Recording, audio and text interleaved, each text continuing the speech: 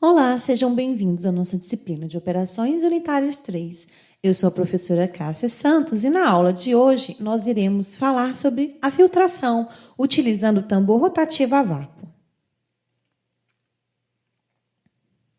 O filtro de tambor rotativo a vácuo data de 1908, descoberto por Edwin Oliver. No Brasil, o primeiro filtro de tambor rotativo foi instalado em 1927 em uma usina de açúcar e álcool. O filtro de tambor rotativo ele é consistido então de um tambor mergulhado então num tanque. Na parte inferior do filtro fica a suspensão que vai ser filtrada.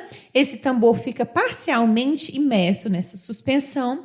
Bem aqui no eixo desse tambor tem vários tubos que vêm até a superfície lateral do tambor que fazem um vácuo. Então aqui nessa parte central faz-se o vácuo e à medida então que o tanque, que é recoberto com um meio filtrante, entra em contato com a suspensão, vai se formando, então, uma camada de torta na superfície. Essa camada de torta, então, pode ser lavada e seca, até que aqui no final nós fazemos a descarga da torta. Esse tipo de filtro, ele é mais utilizado, então, quando se tem suspensões mais uniformes, de forma que um simples agitador aqui na parte inferior do equipamento vai conseguir manter essa suspensão uniforme e os sólidos não vão sedimentar no fundo. É mais indicado para tortas com secagem rápida e que requeram poucas etapas de lavagem da torta. Esse tipo de filtro ele é indicado para operações onde se aceita-se baixa quantidade de finos no filtrado. Caso a operação requeira um filtrado completamente isento de sólidos, esse filtro não é geralmente muito utilizado. Vamos dar uma olhada agora em como funciona esse filtro por dentro. Nós podemos ver aqui, então, a parte inferior da suspensão, onde a suspensão vai ser alimentada dentro do tanque. Aqui nós temos o tambor já rodando. Então, feita essa alimentação constante, vai começar, então, a se formar a torta, certo? Então, ó, filtrou, começou a formar a torta aqui, eu estou saindo com o filtrado. Chega nessa etapa de cima, ele vai começar a lavar a torta, sai aqui a água de lavagem.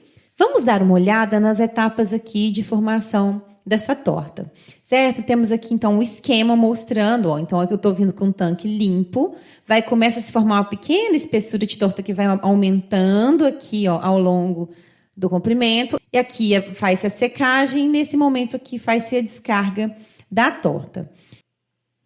Falando agora de mecanismo de descarga dessa torta, nós temos aqui 5 mecanismos para fazer a descarga dessa torta. Esse tipo de descarga da torta é basicamente uma descarga utilizando um raspador, tá? Essa palavra aqui, scraper, significa raspador. E aqui, então, nós temos aqui uma faca ou um raspador, certo? Com essa ponta aqui. E aí, essa faca faz o descolamento entre a torta e a superfície do meio filtrante.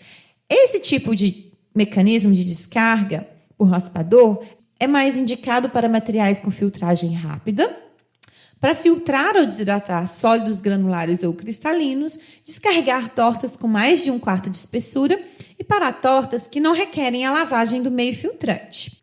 Algumas aplicações típicas de descarga de raspador: a dessulfuração de gases de combustão, desidratação de gesso, químicos e minerais inorgânicos, processamentos de pigmentos, resinas plásticas, compostos de cálcio, dióxido de titânio, desparafinação do óleo comestível. Os filtros de descarga com cordas utilizam cordas paralelas bem espaçadas que vão, então, levantar a torta, da superfície do meio filtrante. Esses fios que vêm aqui, eles vão passar, então, por um rolo de descarga e a torta, então, aqui é solta.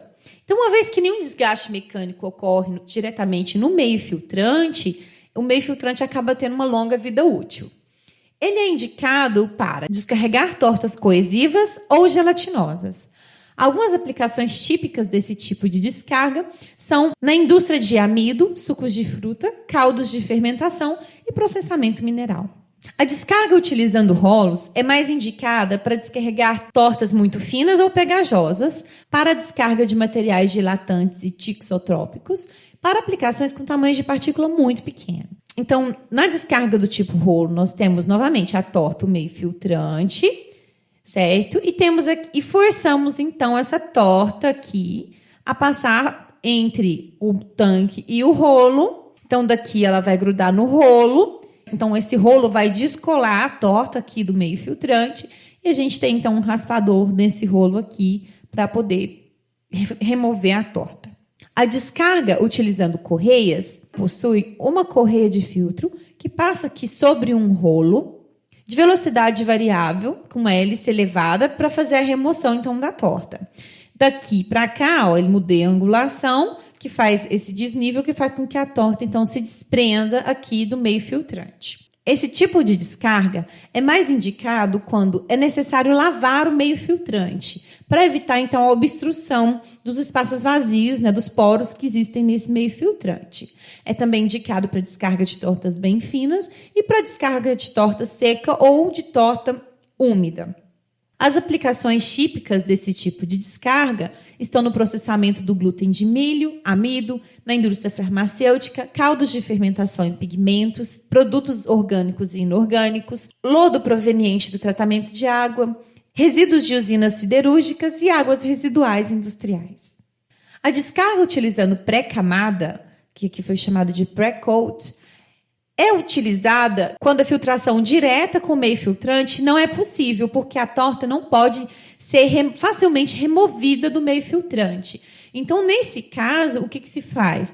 Nós temos o tanque, o meio filtrante e fazemos uma pré-camada de filtração. Então, a gente filtra um determinado material para formar essa pré-camada e em cima dessa pré-camada é que faz-se a filtração.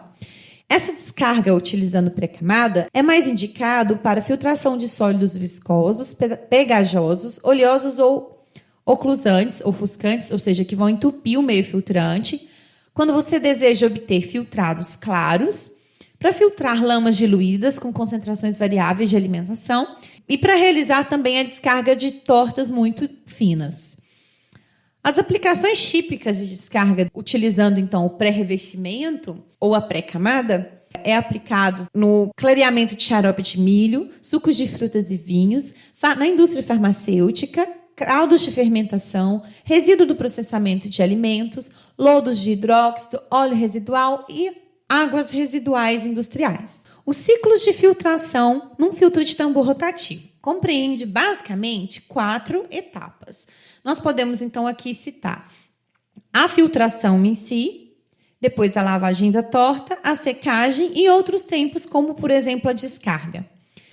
Vamos lá, vamos dar uma olhada no nosso equipamento. Então aqui a gente tem um corte transversal mostrando um esquema do equipamento, em que aqui, ó, se a gente pegar esse ponto e esse ponto, que são os pontos que o tambor entra em contato com a suspensão que fica aqui na parte de baixo, nós podemos então, ligando eles ao centro, formar o que a gente chama aqui de ângulo de imersão.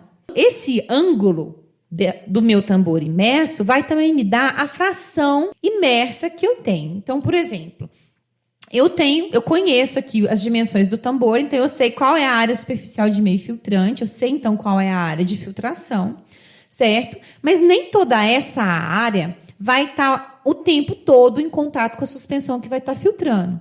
Então, a filtração em si só vai acontecer quando? Quando essa suspensão estiver imersa, né? Então, esse tempo que eu passo aqui imerso em contato, essa fração do tambor que fica imersa, é a fração de tempo em que realmente eu estou filtrando. Nós vamos aqui chamar de T o tempo de filtração. E o I vai ser a nossa fração de imersão. Então, quando eu começo a filtrar e o tambor entra nessa região, começa a se formar uma fina camada aqui, que vai aumentando, aumentando, aumentando, aumentando.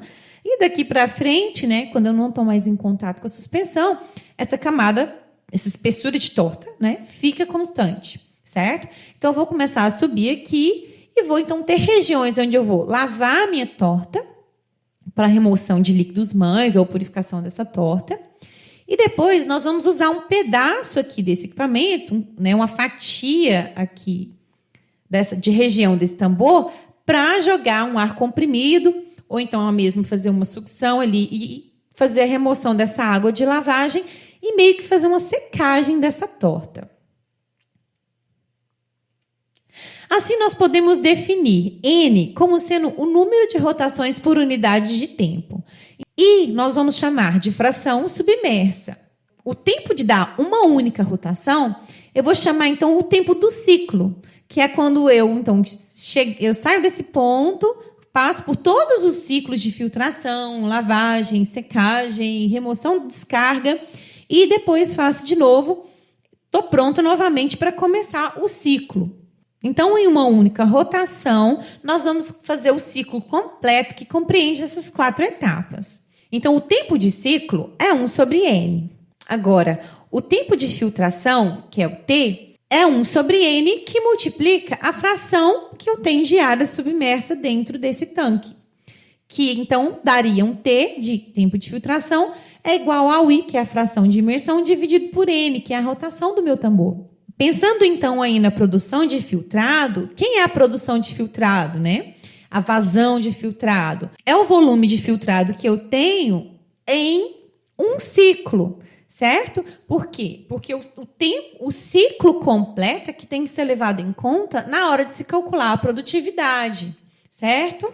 Então, fazendo o volume de filtrado pelo tempo de um ciclo, que é 1 sobre N, a gente chega, então, que Q é V vezes N, que é a produção de filtrado. Isolando aqui o V, nós sabemos, então, que o volume de filtrado produzido é a produção dividido por N. A filtração, ela ocorre a pressão constante. Então, é feito um vácuo de pressão constante no equipamento e a gente pode, então, agora aplicar a equação fundamental da filtração, já integrada, em que nós sabemos, então, que a relação de volume de filtrado e tempo de filtração é dada por essa equação, que é a equação fundamental da filtração, que nós deduzimos aí em aulas anteriores. Agora, se a gente pegar a equação da filtração de T sobre V e substituirmos quem é o tempo de filtração, que é o I sobre N, quem é o volume de filtrado, que é Q sobre N, tanto aqui quanto aqui, certo? Nós podemos, então, chegar nessa relação aqui, em que agora eu estou relacionando coisas, né, mais específicas da operação do filtro de tambor rotativo. Ou seja, se eu souber qual é o ângulo de imersão aqui, conseguir calcular, então, a fração I de imersão desse tanque, e eu também souber as condições operacionais, por exemplo, qual é a área desse tambor, ou qual é a queda de pressão, a concentração inicial da alimentação, as propriedades do fluido e da torta, e eu souber com qual rotação esse tambor vai variar, nós podemos calcular a produtividade. Ou, por exemplo, nós poderíamos, sabendo a produtividade que eu quero e tendo as condições do filtro, nós poderíamos aí, no caso, calcular quem seria a área de filtração que eu preciso para fazer aquela operação, e assim nós poderíamos ir no catálogo e dimensionar o tamanho desse tanque, desse tambor, certo? Então, partindo dessa equação aqui, nós podemos, por exemplo, explicitar quem é o quê, né? E por meio dessa equação a gente calcularia aí quem é a vazão de produção de filtrado. Quais são, então, as etapas do dimensionamento dos filtros de tambor rotativo? A primeira coisa que nós podemos observar aqui é realizar ensaios de laboratório. Esses ensaios, eles são feitos no que a gente chama de filtro folha. Eles usam, então, a mesma suspensão, com a mesma queda de pressão e o mesmo meio filtrante que a gente vai utilizar lá no tambor rotativo, na operação industrial. Temos aqui um esquema desse teste de filtro folha. O filtro folha, basicamente, ele é uma região com furos onde eu vou pôr o meu meio filtrante, tá? E eu vou, então, colocar isso aqui dentro do tanque de alimentação aqui e vou ter, então, uma tubulação por onde eu vou fazer o vácuo nessa superfície. Esse vácuo vai puxar o filtrado e vai coletar ele dentro desse quitaçato. Aqui nós temos o manômetro para saber qual é o vácuo que está sendo colocado. E aqui a mangueira do vácuo que vai na bomba a vácuo aqui. Nessa parte externa, vai começar, então, a grudar as partículas umas sobre as outras e vai começar, então, a se formar a torta. Vai ser, então, formada uma pequena escamada.